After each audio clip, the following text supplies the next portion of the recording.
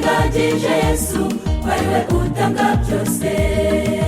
Mbese mbwira mugenzi wanjye n'icyo utumbiriye, n'ubutunzi cyangwa se n'ubugingo bw'iteka.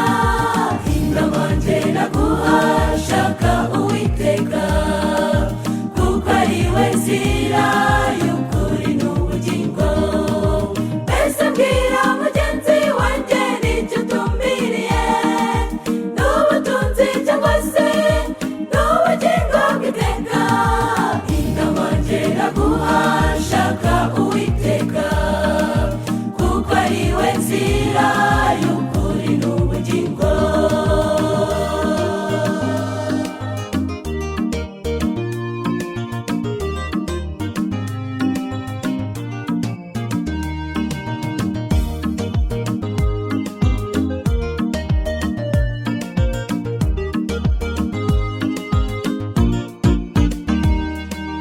Twibutse ibya Yuda, nibyo bitwigisha iki?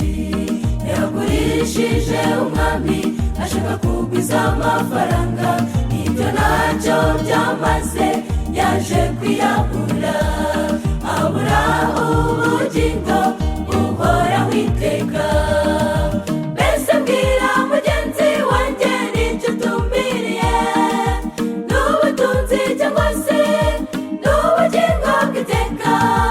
Ingamba njye naguha, shaka Uwiteka, kuko ari we nzira y'ukuri n'ubugingo. Mbese mbwira mugenzi wanjye n'icyo utumbiriye, n'ubutunzi cyangwa se n'ubugingo bw'iteka. Ingamba njye naguha, shaka Uwiteka, kuko ari we nzira y'ukuri n'ubugingo.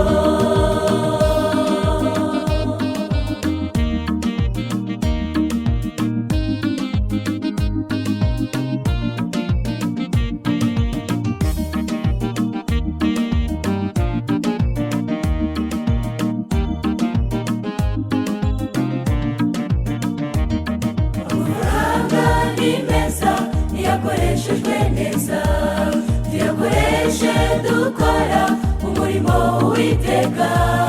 Ubutumwa bwamamare mu batuye isi bose, umwami Yesu nagaruka tuzamusanganire. Mbese mbwira mugenzi wanjye n'icyo utumbiriye, n'ubutunzi cyangwa se n'ubugingo bw'iteka. Ingamba njye naguha, shaka Uwiteka, kuko ari we nzira